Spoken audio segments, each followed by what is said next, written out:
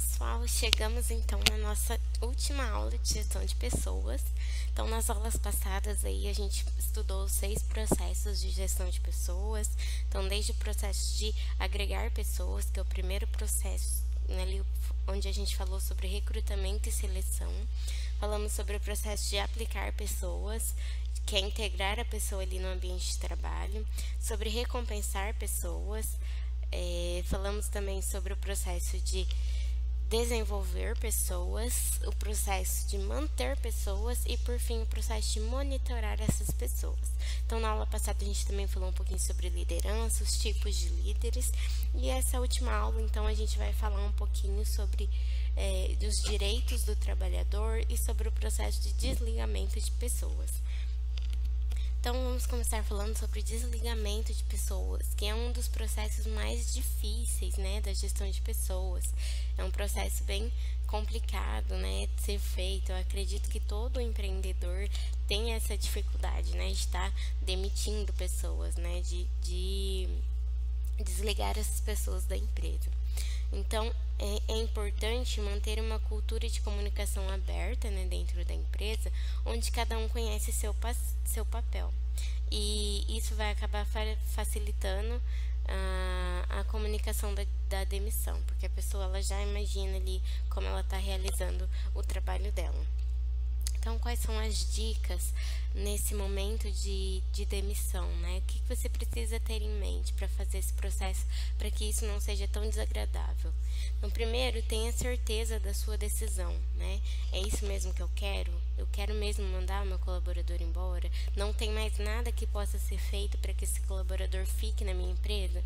Beleza, então seja justo, não demita por motivos pessoais, não procure ser o mais justo possível se a pessoa realmente precisa ser mandada embora, Então, tendo certeza, primeiro proteja essa informação, não deixe essa informação vazar, porque se a pessoa fica sabendo disso antes de você comunicá-la, isso torna o processo mais difícil.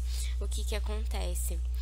Muitas vezes você já sabe dessa informação com bastante antecedência e você demora um pouquinho ali para fazer de fato o desligamento.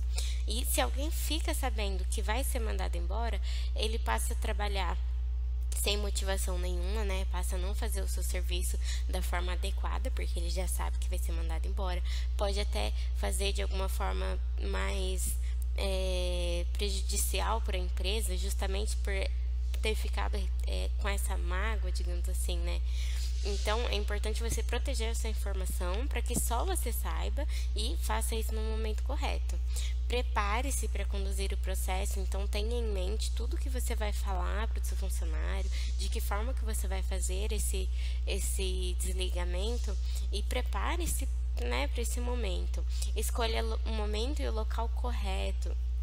Então, você precisa de um momento adequado para fazer aquilo ali. Então, geralmente no começo da semana ou no início do dia, para que a pessoa não tenha trabalhado ali o dia inteiro e chegue no final do dia, você mande ela embora e acabe com o dia da pessoa ali. Então, é melhor você fazer isso no começo do dia, porque é o momento que a pessoa já está com a cabeça mais fresca, ela está ali, descansada e tudo mais. Então, o local correto também é importante, Chama ela num canto reservado, não faça isso na frente de outras pessoas. Seja educado e cordial, Então, converse educadamente com seu funcionário, não julgue ele, apenas informe ele ali do ocorrido. Vá direto ao ponto, não fique enrolando o seu funcionário, falando sobre outras coisas. Seja direto, esclareça para ele os motivos da demissão, O que te levou a fazer isso, fale corretamente. De preferência, não minta para o seu funcionário, não diga que é uma coisa sendo que é outra. O seu funcionário precisa dessa transparência de você, Ele precisa saber por que ele está sendo mandado embora, Mostre segurança também, que você está seguro da sua decisão. Por isso que é importante você ter certeza, porque você tendo certeza, você passa essa segurança para o seu funcionário que está sendo desligado. Agradeça o funcionário pela contribuição dada à empresa, Então, por mais ruim que ele tenha sido, você tem algo que ele te fez, Então, agradeça. seja gentil com ele e se coloque à disposição para apoiá-lo em outro processo, mas tenha certeza de que você pode fazer isso, tenha certeza de que você tem essa disponibilidade e que você vai ser sincero com a pessoa que for te pedir indicação, né? Então não adianta falar que você vai dar indicação do seu funcionário se ele não for um funcionário bom, se você não consegue indicá-lo. Então, caso tenha sido um funcionário bom e você consiga dar essa indicação, coloque-se à disposição então para apoiá-lo em outro processo. E principalmente ofereça feedback sobre o que a pessoa pode melhorar. Então, fale para ela por que ela foi demitida, o que ela pode melhorar em um outro emprego, né? O que ela pode fazer de melhor para que isso não venha acontecer em outra empresa também. E permita que o funcionário retire suas coisas e se despeça dos colegas, de preferência sem ser vigiado e sem ser pressionado. Então, dê uma liberdade para o seu funcionário, para que ele dê o tempo ali necessário para que ele retire as coisas dele, para que se despeça dos colegas de trabalho. Não fique em cima do seu funcionário, não pressione ele a fazer esse processo. Então, seguindo essas dicas aí, você vai fazer um processo de desligamento mais fácil. Então, vamos falar um pouquinho sobre direitos do trabalhador. Gente, eu estou passando esses direitos do trabalhador para vocês, mas eu peço assim, lógico, eu não sou formada na área de direito, então tem muita coisa que eu não vou saber explicar detalhadamente para vocês, mas é só alguns aspectos de direitos do trabalhador que eu vou passar para a gente ter uma noção aí de como que é, né? Então, vocês, enquanto empresários, precisam saber ali desses detalhes, né? Desses direitos que o trabalhador possui. Então, o primeiro é o salário mínimo, né? Nem todo funcionário vai receber apenas o salário mínimo, mas como é um salário mínimo que você tem que pagar para o seu funcionário, então o valor dele em 2022 é R$ 1.212 e ele é obrigatório aos empregadores que mantêm funcionários com carga horária de 44 horas semanais, que é 8 horas por dia, e contrato formal de trabalho no regime CLT, que é a Consolidação das Leis Trabalhistas. Caso a carga horária seja superior, a empresa deverá pagar hora extra ao trabalhador.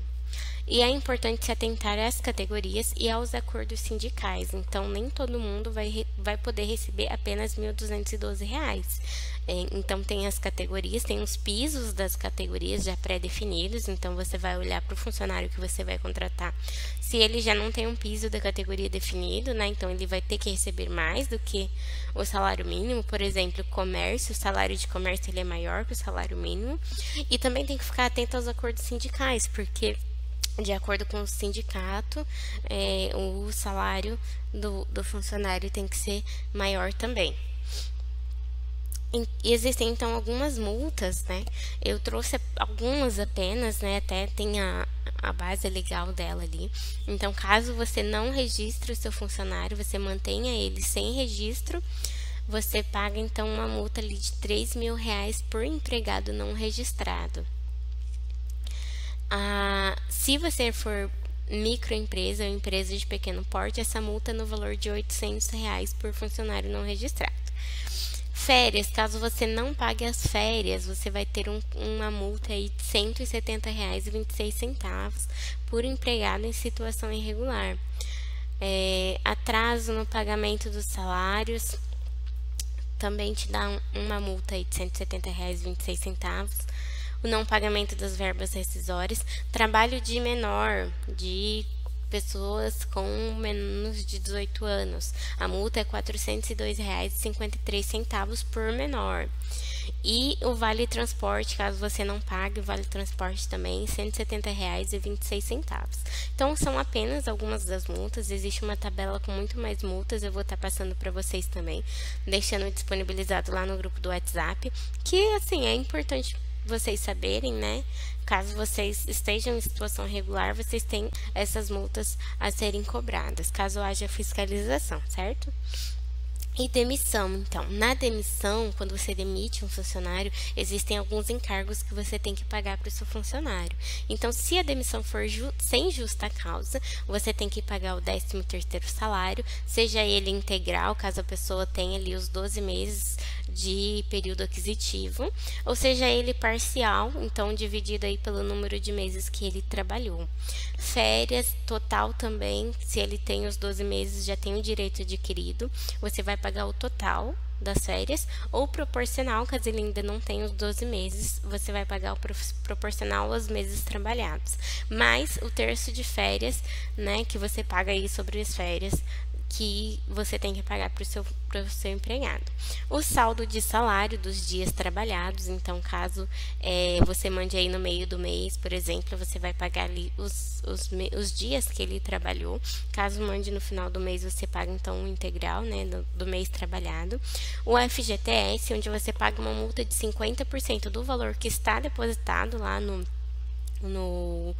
FGTS do trabalhador, né, lá na Caixa, sendo que 40% dessa multa vai para o empregado e 10% dela vai para impostos. E o aviso prévio, se você for indenizar o teu funcionário, por exemplo, eu mandei ele embora hoje e eu não quero que ele trabalhe nenhum dia a mais para minha empresa, eu tenho que pagar esse aviso prévio, então ele teria que trabalhar um mês a mais para mim, para dar tempo de eu encontrar outro funcionário. E então, caso eu não queira que ele trabalhe esses 30 dias a mais, eu pago antecipadamente. E caso eu queira que ele trabalhe, então eu vou deixar ele trabalhando ali 30 dias a mais em aviso, e no final desses 30 dias eu pago como se ele tivesse trabalhado o mês normal. E caso o funcionário tenha me pedido demissão, então eu tenho que pagar, ele tem que cumprir o aviso prévio para mim. Então, nesse caso de demissão é interessante, porque se o funcionário chega para você e fala para você que não quer mais trabalhar na sua empresa,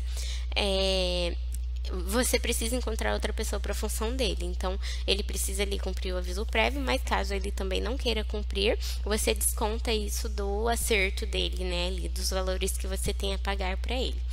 Mesma coisa no 13º, né, total ou proporcional. Férias total ou proporcional mais o terço de férias, e o salário também dos dias trabalhados. E se a demissão for por justa causa, então tem algumas regras para demissão por justa causa. Eu escolhi trazer aqui para vocês porque eu acho interessante também a gente saber. Então, elas podem ocorrer pelos seguintes motivos: assédio sexual, né, caso teu funcionário tenha praticado assédio sexual ali entre os funcionários; atos de desonestidade, se o empregado for condenado por algum crime e não tenha cumprido a pena ainda; se o empregado realizar negociações sem a permissão da empresa, principalmente se ocorrer com as instituições concorrentes. Essas ações podem causar prejuízos aos negócios da empresa. Se o funcionário estiver constantemente embriagado, né, se ele sempre estiver ali consumindo bebida alcoólica durante o expediente, né, se ele estiver embriagado. Negligência na realização das atividades, caso o trabalhador abandone o emprego. Se o funcionário cometer algum ato de indisciplina ou insubordinação. Transmitir informações sigilosas da instituição sem autorização da mesma. Praticar jogos de azar. Agressões verbais ou físicas praticadas contra qualquer outro funcionário da empresa, exceto para o caso de legítima defesa. E daí, caso o funcionário tenha praticado qualquer dessas ações, você pode demiti-lo por justa causa, e o que ele vai receber, então, será somente o saldo proporcional aos dias trabalhados, né, do salário dele, as férias proporcionais ou vencidas e o terço de férias apenas. Ele não tem direito a pegar FGTS, não tem direito a multa e não tem direito a nenhum outro salário, nenhum outro encargo, né? E muito menos aviso prévio, né? Voltando aqui ao pedido de demissão, eu esqueci de mencionar que no caso de pedido de demissão, você então não paga a multa do FGTS e o funcionário não tem direito a receber aquele valor que está lá depositado no fundo de garantia. Então, ele pode usar aquele valor para descontar caso ele tenha algum financiamento, né, de imobiliário. Então, se ele tem financiamento imobiliário, ele pode usar o valor que está lá para o financiamento, ou então, se eu não me engano, depois de 2 anos ele consegue sacar aquele dinheiro. Mas no momento da rescisão ele não tem direito ao FGTS nem à multa do FGTS. Então, a jornada de trabalho. A jornada de trabalho, ela é diária, até com 12, ele pode ser até 12 horas, desde que tenha outras 36 de descanso, então é o famoso 12 por 36, ou no máximo 8 horas por dia. Limite semanal e mensal. Então, tem um limite de 44 horas semanais ou 220 horas mensais. Esse 8 horas por dia, ele tem um limite de 44 horas semanais. Existem algumas empresas, alguns sindicatos que fazem acordos onde a pessoa trabalha mais de 8 horas por dia para compensar o sábado. Então, trabalham os horários a mais, compensa o sábado, não trabalha no sábado, mas fica ali dentro do limite de 44 horas semanais. Na construção civil, por exemplo, que eu sei, pelo menos aqui na minha região, eles trabalham mais horas durante a semana para não trabalharem no sábado, e na sexta-feira eles terminam o expediente 1 hora mais cedo. Então, existem esses acordos aí, mas tem que ficar nesse limite de 44 horas semanais, 220 horas mensais. E para horas extras, existe um limite então de 2 horas extras por dia. Descanso. Então, intervalo para descanso ou refeições é obrigatório de, no mínimo, caso a pessoa trabalhe ali mais de 6 horas diárias, então tem que ter no mínimo 1 hora e no máximo 2 horas, desde que esteja ali em acordos ou contrato, né? Esteja ali especificado no contrato. Então, tem que ter um mínimo de 1 hora aí de intervalo para descanso ou refeições. E caso o trabalho tenha menos de 6 horas de duração, né? Caso a pessoa trabalhe ali menos de 6 horas ou menos, tem um direito de intervalo de 15 minutos, então. E no trabalho noturno, qual que é o horário considerado para trabalho noturno? É entre as 22 horas de um dia e as 5 horas do dia seguinte, é considerado período de trabalho noturno. Nesse caso, o empregador deve pagar, então, um adicional noturno para o seu funcionário no valor de 20% sobre a hora trabalhada.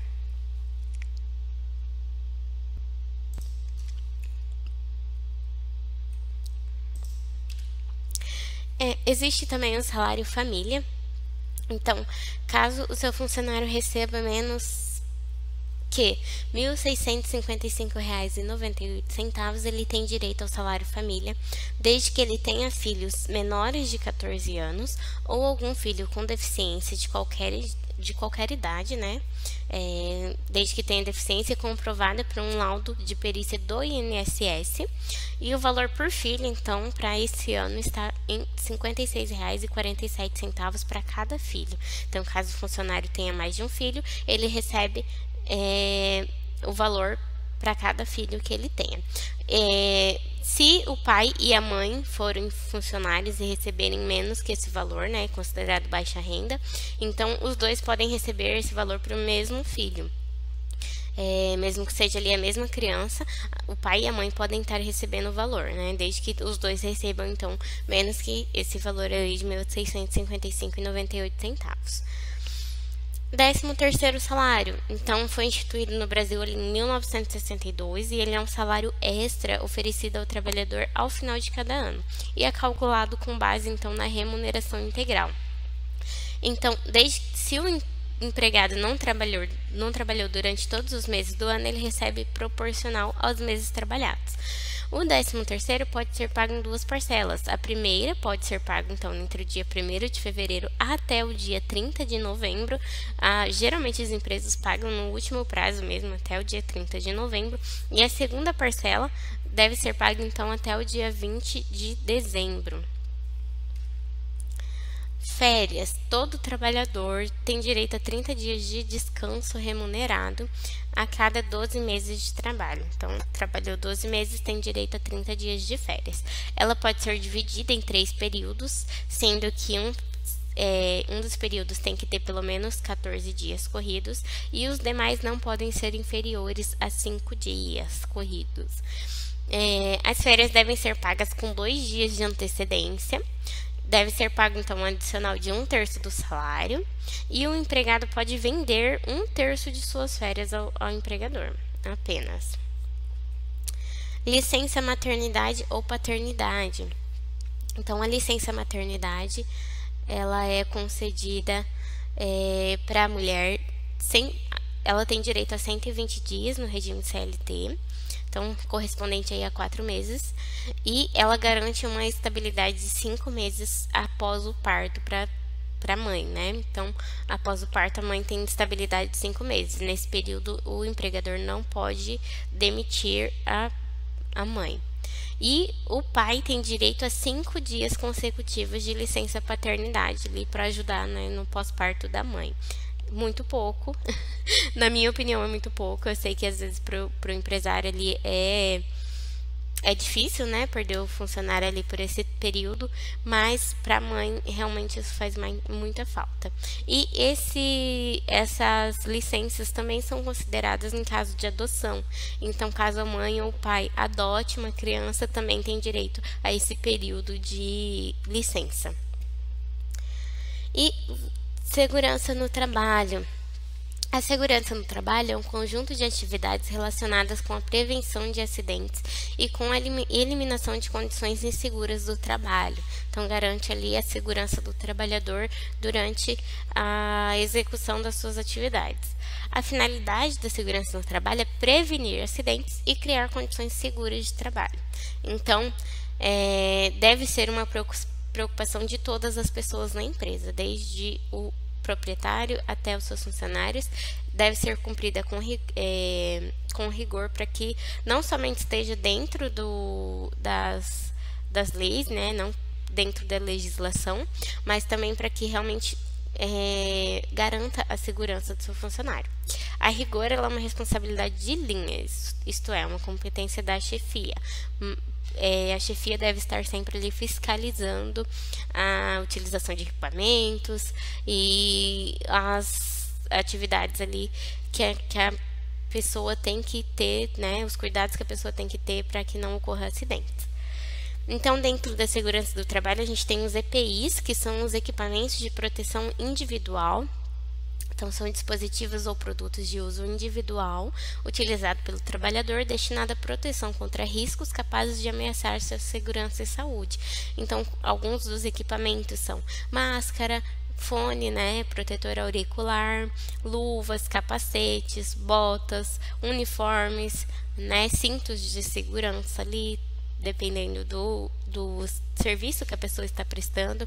Então, a gente tem esses equipamentos ali de segurança. Por exemplo, quando a gente vê ali o pessoal trabalhando em rodovias ali, né, nesses processos de manutenção do asfalto ou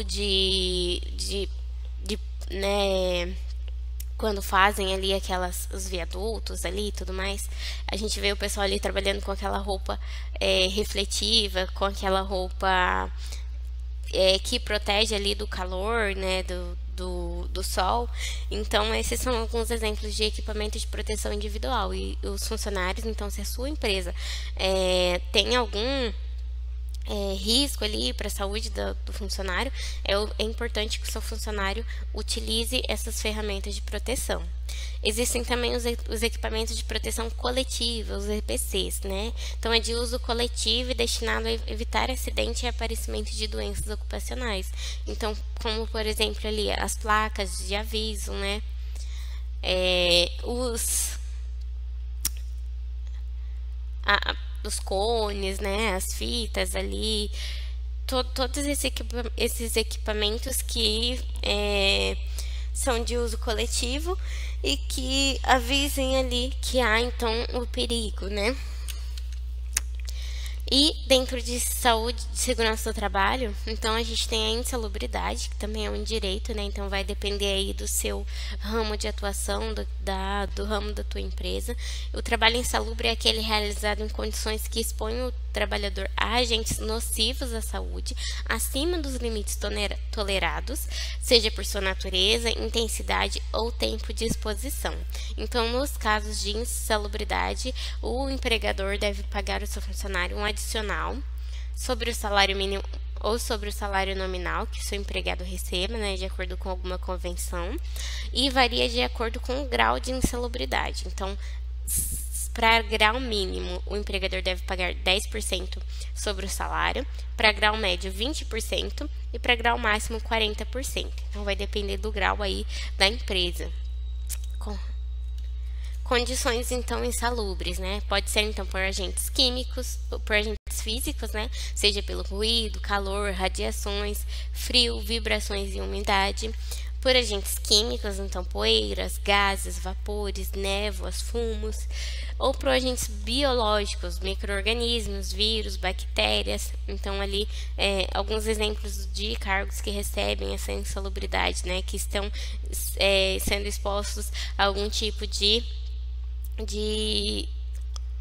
agente, né, que possa prejudicar a sua saúde. Então, bombeiros, guardas e seguranças, né, telefonistas ou telegrafistas que recebem, né, o ruído ali, as vibrações, né, funcionários da saúde que estão expostos a agentes químicos ou biológicos, motoristas e tratoristas. Então, todas essas funções são exemplos de quem pode receber ali insalubridade. E a periculosidade. Periculosidade, então, são atividades ou operações em que a natureza ou método de trabalho exige contato permanente com eletricidade ou substâncias inflamáveis, explosivos ou radioativas em condições de risco aumentado. Então, exemplos: frentista de posto de combustível, operador em distribuidora de gás e trabalhadores com porte de arma. Oferece, então, um risco ali à vida do funcionário. Então, geralmente, a insalubridade vai oferecer risco à saúde do funcionário e a periculosidade vai oferecer risco de vida do funcionário. O adicional, então, para a periculosidade é de 30% sobre seu salário. Não são considerados, então, gratificações, prêmios ou participação no lucro das empresas. E no caso de horas extras, o adicional será calculado sobre a hora base e não sobre o valor da hora extra. Então, quanto custa um funcionário para a empresa? Então, a gente viu aí todos os direitos que o trabalhador tem. Então, a gente vê agora quanto custa um funcionário. Então, é lógico que nesse cálculo, eu não estou considerando nem adicional de periculosidade, de insalubridade, nem algum outro direito que seja específico de um ramo da empresa. Esse aqui é basicamente um geralzão, né? Então, vai ser o salário base, né? O salário mínimo. Esses valores que saem do caixa por mês, né? O salário base do funcionário, né? O salário mínimo ou o piso da categoria do seu funcionário. Vai ser o INSS. O INSS vai ser descontado do salário do funcionário e você vai ter que pagar. Então, você tem que verificar a alíquota, porque existe uma variação ali de acordo com o salário que o seu funcionário recebe, né? Eu vou mostrar para vocês a tabelinha, né? Então, para o INSS, você vai verificar a alíquota de acordo com o salário, né? E o FGTS de 8%, então, que você desconta do salário, que você paga sobre o salário que você paga para o seu funcionário. Então, você tem que depositar esse FGTS lá na caixa, né? Na conta dessa pessoa. Então, esses são os valores que saem do caixa, do caixa do empregador por mês. Mas o funcionário ele não custa apenas esse valor. Então, é importante fazer uma previsão de despesas do seu funcionário, que seria então as férias, o terço de férias, o FGTS sobre as férias, o 13º e o FGTS sobre o 13º. Então, as férias, é importante você guardar já esse valor por mês. Então, o seu funcionário a cada 12 meses tem o direito de 30 dias de férias e o pagamento do salário para o seu funcionário estar descansando. Então, é importante que você já guarde esse valor antecipadamente. Então, por mês você pode guardar então o equivalente ao mês de férias, o terço e o FGTS. E também o 13º, a cada 12 meses trabalhado, o seu funcionário tem direito a um 13º salário. Então, você pode guardar o equivalente a um mês desse 13º, mais o FGTS que você vai ter que pagar sobre esse 13º. É importante também prever alguns outros gastos, como por exemplo o aviso prévio. Caso você então tenha que demitir esse funcionário, você tem que pagar você não queira que ele cumpra o aviso prévio, você tem que pagar então o aviso prévio indenizado, mais o FGTS sobre esse aviso prévio e a multa do FGTS. Então você vai calcular ali quanto vai ser o aviso prévio do seu funcionário e guardar por mês o equivalente a um mês mês desse aviso prévio, né? Então, divide aí esse aviso prévio por 12 meses e vê uma quantidade que você tem que guardar por mês, mais o FGTS que você vai ter que pagar e mais a multa. Caso você demita esse funcionário, você vai ter que pagar a multa de 40%. Então, é importante você já guardar esse valor por mês para que você não seja pego de surpresa, para que você tenha isso no momento de fazer a demissão. E também é importante todas essas despesas, você ter aí uma provisão, você ter você poupar esse dinheiro, né, guardar esse dinheiro, porque de repente a pessoa não cumpriu ali os 12 meses, ou a pessoa pediu demissão antes desse tempo, ou você teve que demitir essa pessoa antes desse tempo, então você já tem ali o valor que você tem que pagar para o seu funcionário. A multa do FGTS, ela é variável porque de repente nesse período que a pessoa trabalhou para você, houve mudança no salário. Então, quando há mudança no salário, a porcentagem continua a mesma, mas o valor que você paga de FGTS muda. Então, como a multa é sobre o valor que tem depositado, vai ser variável aí, então, caso haja mudança no salário do seu funcionário. Então, todos esses valores permitem um custo mensal do seu funcionário. Mesmo que você não guarde esse dinheiro, mesmo que você não reserve esse dinheiro ali da previsão de despesas, mesmo assim a gente considera ele como um custo mensal, porque é um custo que você tem. Por exemplo, as férias e o 13º é um custo anual, mas é importante você dividir ele por mês, porque no final das contas ele vai ter sido por mês, né? É um direito que o trabalhador adquire cada mês que ele trabalha. Então, na prática, vamos ver quanto que custa um funcionário para que receba o salário mínimo. Então, o salário mínimo hoje é R$ 1.212.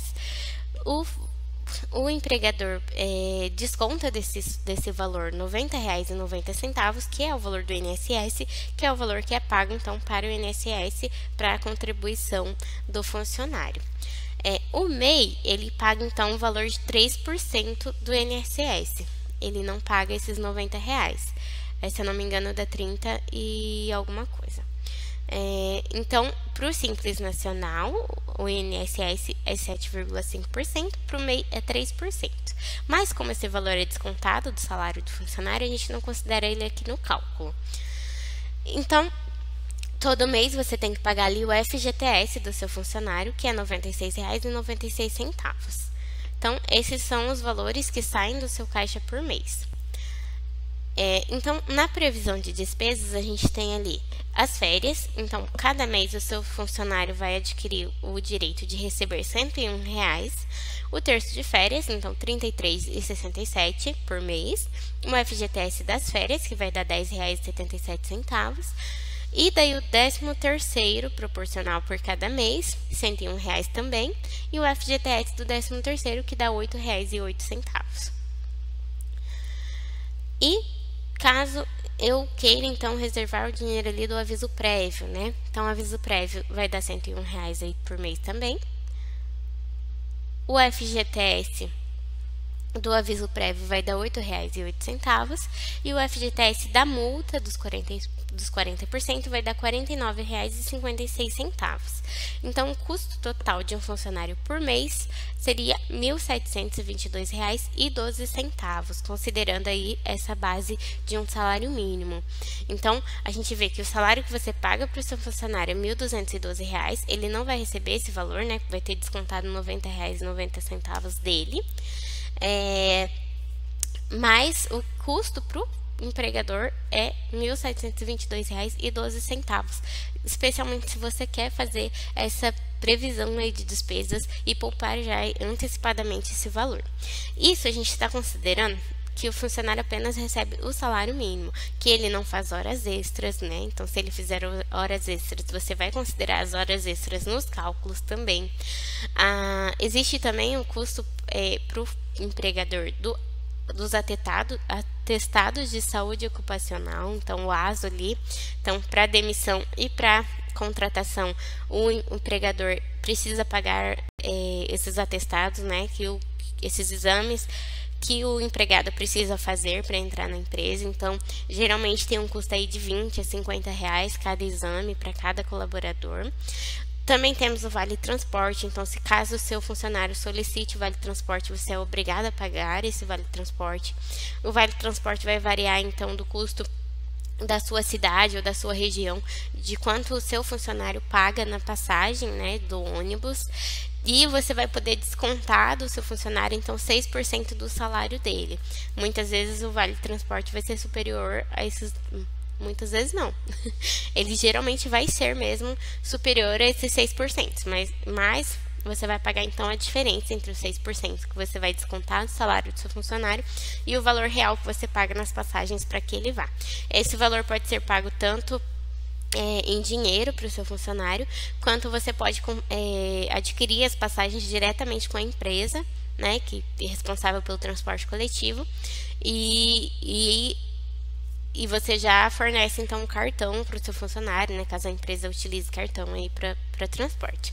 E também temos o Vale Alimentação e o Vale Refeição, que não são obrigatórios a todas as empresas, mas que você tem que ver de acordo com o seu ramo aí, você tem que contatar o sindicato, é importante você verificar com o sindicato se existe algum acordo ou convenção que obrigue a empresa a pagar esse Vale Alimentação ou Vale Refeição. Por exemplo, aqui eu sei que, novamente, no exemplo ali do Sindicato da Construção Civil, obriga ali as empresas a pagarem esse Vale Alimentação.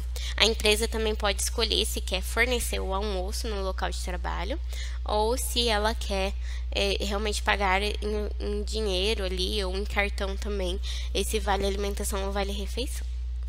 Então, este é o valor mínimo aí para contratar um funcionário, né? E sobre as alíquotas que eu falei do INSS, então até R$ 1.212, o percentual de contribuição do INSS é 7,5%. De R$ 1.212,01 a R$ 2.427,35 é de 9%. E daí, assim sucessivamente, aí, de acordo com os valores da tabela. Eu vou estar disponibilizando os slides no grupo do WhatsApp, então, caso vocês tenham alguma dúvida, vocês podem consultar os slides. E, por último, para a gente finalizar a nossa aula, então, nossa última aula de gestão de pessoas, eu trouxe um estudo de caso, né, que é o mesmo estudo de caso que vocês têm ali na plataforma do Moodle, onde vocês têm acesso a todos os módulos ali do curso do Paraná Empreende Mais. Então, ali a gente tem um estudo de casos da empresa Calce Calçados. E o tema desse estudo de caso, então, é recrutamento e seleção. A Calce Calçados foi fundada na cidade de Londrina há 19 anos atrás. Então, ela tem uma atuação aí de 19 anos no mercado. E atualmente ela possui 2 unidades, uma na Gleba Palhano, em Londrina, então um bairro de alto padrão, onde os seus clientes são clientes de alto poder aquisitivo, e uma outra unidade em Cambé, ali na área central de Cambé, onde o seu público é um público com menor poder aquisitivo.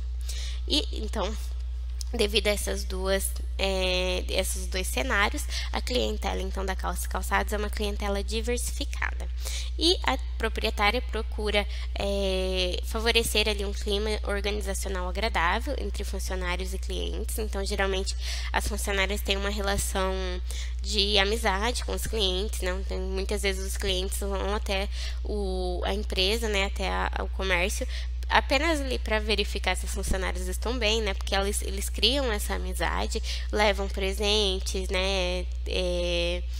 Doce, algum presente para os funcionários. Então, a proprietária, procura manter esse ambiente ali onde as funcionárias se sintam bem, né? Para ela, segundo ela, isso é importante para as funcionárias e para ela e para a empresa que tenha essa relação mais amigável com os clientes. E a empresa, então, tem definida ali a sua missão, visão e valores. A missão, então, é ser referência regional em qualidade, tanto no atendimento ao cliente quanto na qualidade do produto, oferecendo as últimas tendências da moda calçadista com comodidade, preço acessível e condições facilitadas de maneira sustentável.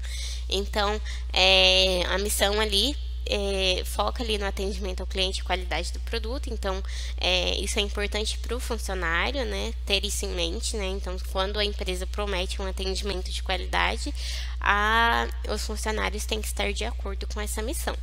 Visão, tornar-se referência no segmento em que atua e a mais lembrada perante o público-alvo. Trazendo assim retorno financeiro e social para os sócios e colaboradores. Então, tornar-se referência ali no segmento e é mais lembrada. Essa é a visão, esse é o objetivo da empresa.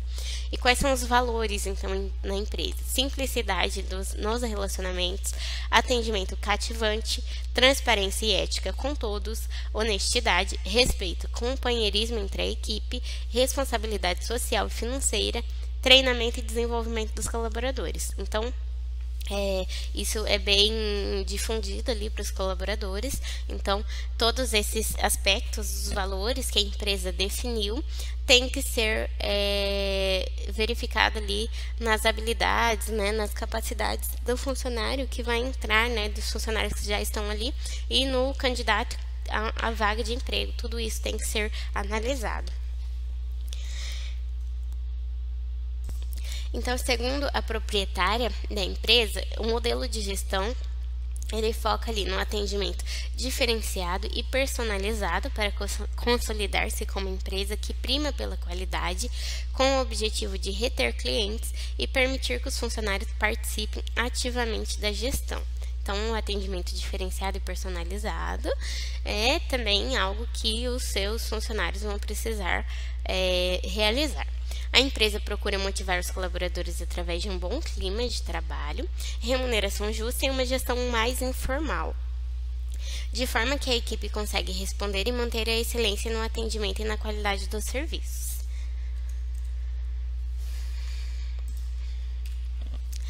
Então, o processo de recrutamento e seleção, quando é verificada a necessidade de contratação, primeiro é perguntado aos funcionários se algum deles tem alguém para indicar, algum parente, algum conhecido. Caso ninguém tenha, é feito o tradicional anúncio em redes sociais e sites de emprego.